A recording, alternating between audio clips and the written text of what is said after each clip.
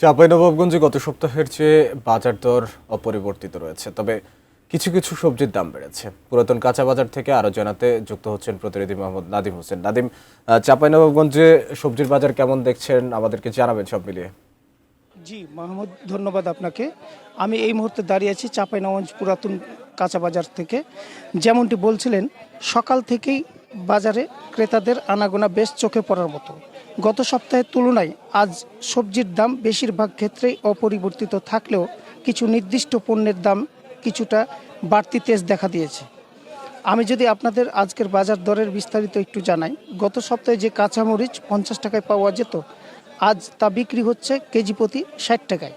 স্বস্তির খবর হলো করলার দাম কেজিতে 10 টাকা কমে আজ বিক্রি হচ্ছে 80 টাকায়।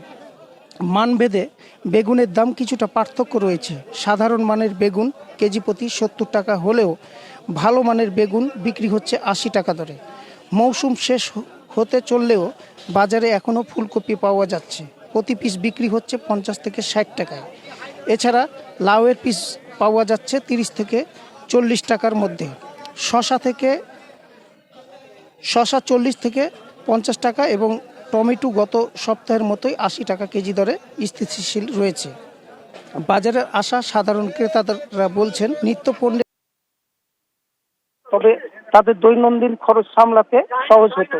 অন্যদিকে সংশ্লিষ্টদের মতে বাজারে সবজির সরবরাহ বর্তমান কম। যদি এই সরবরাহ স্বাভাবিক থাকে তাহলে সামনের দিনগুলোতে দাম আরো কমে আসার সম্ভাবনা রয়েছে।